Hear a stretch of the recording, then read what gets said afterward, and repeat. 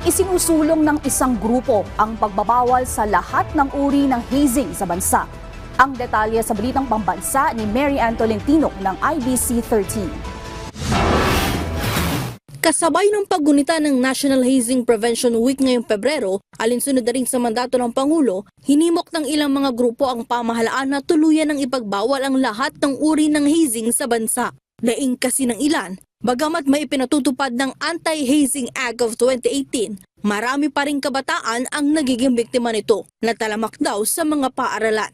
Matatandaan naman noong 2019 nang masawi ang 4th class cadet na si Darwin Dormitorio, isa sa biktima ng hazing sa Pilipinas. Iginiit naman ng Philippine Military Academy na nakapaglatag na sila ng programa upang tuluyan ng mahinto ang hazing sa PMA.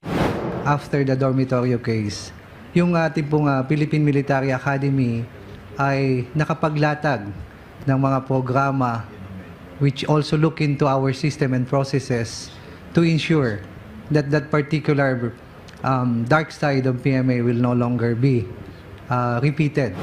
Naniniwala naman ang ilang eksperto na panahon na para ituro sa mga paaralan ang masamang epekto ng hazing upang mahinto na ito sa pamamagitan ng educational campaign at pagpapaigting pa ng information dissemination. Maganda na hanapan natin ng paraan para ma-meet yung goals ng mga sumasali doon. No? How can they belong? How can they feel empowered? How can they feel that their needs are responded to? Sa ngayon, nakahain na sa Komite ng Senado at Kamara ang magkahiwalay na bersyon ng panukalang pag-amyenda sa Anti-Hazing Act of 2018 na magpapataw ng mas mabigat na parusa sa mga lumalabag dito. Layon din itong tuluyan ng ihinto ang hazing sa Pilipinas. Nakasaad din sa panukala ang mas malaking multa na aabot sa 20 milyong piso hindi lamang para sa mga dumalo ng initiation rights kundi pati na rin sa buong fraternity.